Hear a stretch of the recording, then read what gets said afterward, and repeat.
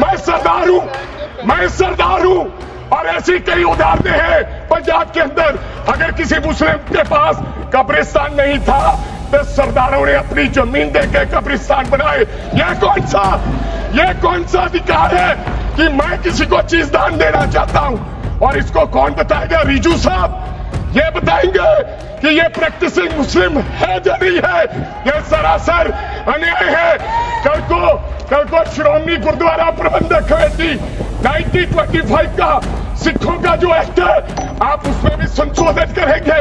आपको लगता है पहले मुस्लिम मारेंगे, फिर सिख मारेंगे, फिर क्रिश्चियन मारेंगे? ये आपकी सोच है। और किसी धार्मिक स्थानों पर तो लिमिटेशन एक्ट लागू नहीं होता, इनके ऊपर क्यों?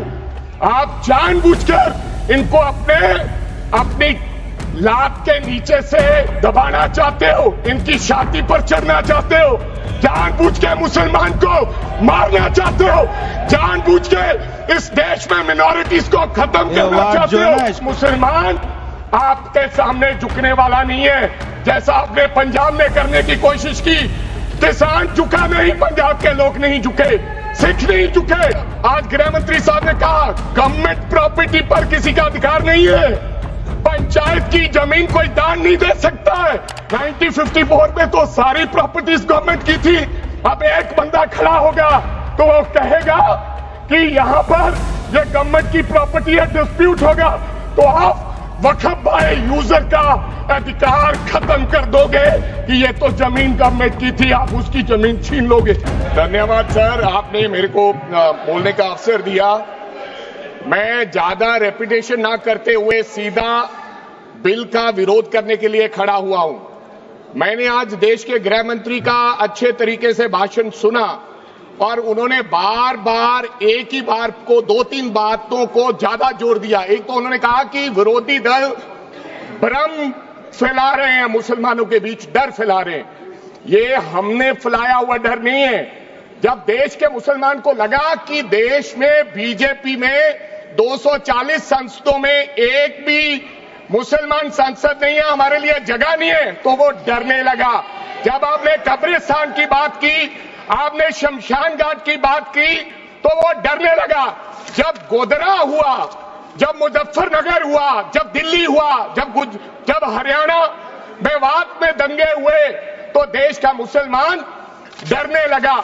और फिर क्या कहा गृह मंत्री साहब ने? आज गृह मंत्री साहब ने कहा कि 2013 का बिल अगर नहीं आता, यूपीए नहीं लेकर आती, तो आज इस बिल की जरूरत नहीं थी। क्यों बिल लाए? क्योंकि आपको पता चल गया कि देश का मुसलमान हमारा साथ नहीं दे रहा।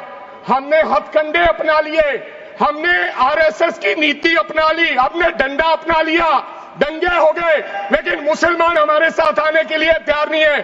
फिर आपको पता चला, आपने एक और आंकड़ा दिया, आपने कहा 1913 से 2013 तक केवल 18 लाख मुसलमानों का जमीन था और 2013 से अब तक 21 लाख और हो गया, यानी कि 39 लाख टोटल जमीन हो गया।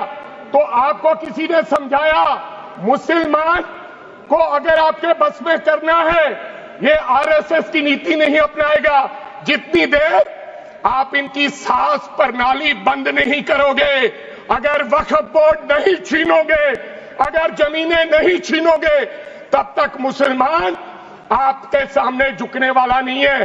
जैसा आपने पंजाब में करने की कोशिश की, किसान झुका नहीं, पंजाब के लोग नहीं झुके, सिख नहीं झुके, तो आपने एमएसपी का झगड़ा आज तक डाला हुआ है कि किसान की सांस प्रणाली बंद कर दो तो पंजाब अपने आप झुक जाएगा। आर्थिक जब झुक जाएगा तो हमारी ईन मान लेगा और हमारे साथ आ जाएगा। आदरणीय सर, आपने बार बार कहा, आज गृह मंत्री साहब ने कहा गवर्नमेंट प्रॉपर्टी पर किसी का अधिकार नहीं है, पंचायत की जमीन कोई दान नहीं दे सकता है। मैं आपको इसके पीछे लोचा क्या है, इसके पीछे छुपा हुआ राज क्या है? 1947 में जब बंटवारा हुआ था, 47 से लेकर 1954 तक सारी प्रॉपर्टी गवर्नमेंट के नाम हो गई थी। उसके बाद 1954 में एक्ट बना तो वो एक्ट में सर्वे हुआ 1961 टू 1970। सर्वे किसने किया? कलेक्टर ने। अगर पंजाब की, हरियाणा की, हिमाचल की बात करूं तो डिविजनल कमिश्नर अंबाला बैठते थे, उन्होंने सर्वे किया, तहसीलदारों ने सर्वे किया, तो वक्फ बोर्ड को यह जमीन देने का काम किया। अब क्या हो गया? जैसे राहुल गांधी कर्नाटक में भाषण देते हैं, गुजरात में मुकदमा दर्ज होता है, सजा हो गई। गवर्नमेंट की प्रॉपर्टी तो 1947 और 1954 में तो सारी प्रॉपर्टीज गवर्नमेंट की थी। अब एक बंदा खड़ा होगा तो वो कहेगा कि यहां पर ये गवर्नमेंट की प्रॉपर्टी है, डिस्प्यूट होगा, तो आप वक्फ बाय यूजर का अधिकार खत्म कर दोगे कि ये तो जमीन गवर्नमेंट की थी, आप उसकी जमीन छीन लोगे। फिर आपने कहा लिमिटेशन एक्ट की बात कर रहे हैं आप, और किसी धार्मिक स्थानों पर तो लिमिटेशन एक्ट लागू नहीं होता, इनके ऊपर क्यों? आप जानबूझकर इनको अपनी लात के नीचे से दबाना चाहते हो, इनकी छाती पर चढ़ना चाहते हो, जानबूझ के मुसलमान को मारना चाहते हो, जानबूझ के इस देश में मिनॉरिटीज को खत्म करना चाहते हो। इसको एक्सपांस कर देना, जानबूझ के मारना चाहते हैं मुसलमान को, फिर और लोगों पे होगा।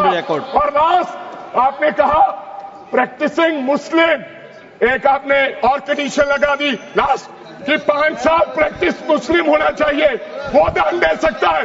मैं सरदार हूं और ऐसी कई उदाहरणें हैं पंजाब के अंदर। अगर किसी मुस्लिम के पास कब्रिस्तान नहीं था तो सरदारों ने अपनी जमीन देके कब्रिस्तान बनाए। यह कौन सा अधिकार है कि मैं किसी को चीज दान देना चाहता हूं? और इसको कौन बताएगा? रिजू साहब ये बताएंगे कि ये प्रैक्टिसिंग मुस्लिम है या नहीं है? ये सरासर अन्याय है। कल को श्रोमणी गुरुद्वारा प्रबंधक कमेटी 1925 का सिखों का जो एक्ट है, आप उसमें भी संशोधन करेंगे। आपको लगता है पहले मुस्लिम मारेंगे, फिर सिख मारेंगे, फिर क्रिश्चियन मारेंगे? ये आपकी सोच है और मैं बिल का विरोध करता हूं। This all words should be deleted from the record. Honorable Member Smita Uday Wagji. मैं सरदार हूं और ऐसी कई उदाहरणें हैं पंजाब के अंदर। अगर किसी मुस्लिम के पास कब्रिस्तान नहीं था तो सरदारों ने अपनी जमीन देके कब्रिस्तान बनाए। यह कौन सा अधिकार है कि मैं किसी को चीज दान देना चाहता हूं? और इसको कौन बताएगा? रिजू साहब ये बताएंगे कि ये प्रैक्टिसिंग मुस्लिम है या नहीं है? ये सरासर अन्याय है।